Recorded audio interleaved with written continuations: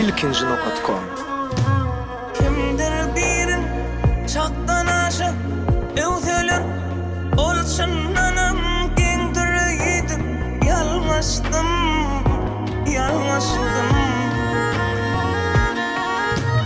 Kimdir birin vazifeden kovsalar kellapdır ya kungdir yitip yalmıştım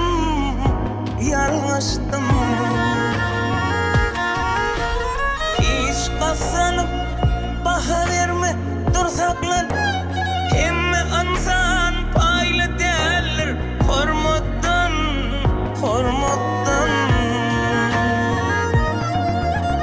Yumruğumun içindeki parmakla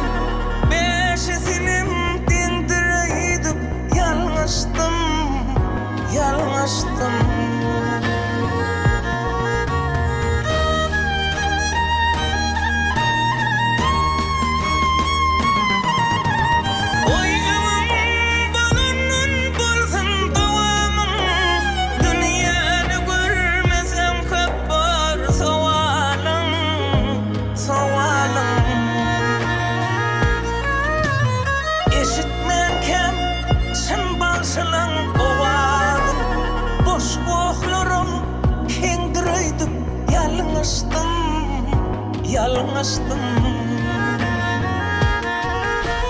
Sırrın bilsek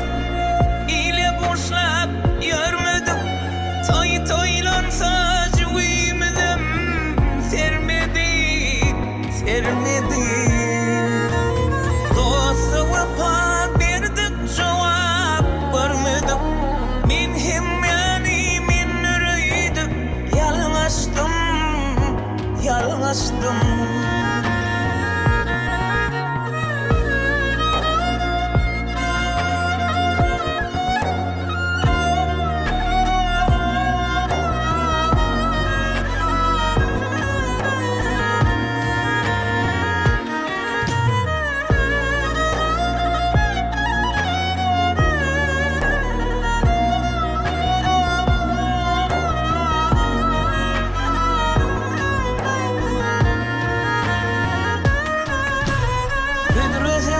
Dosyarlar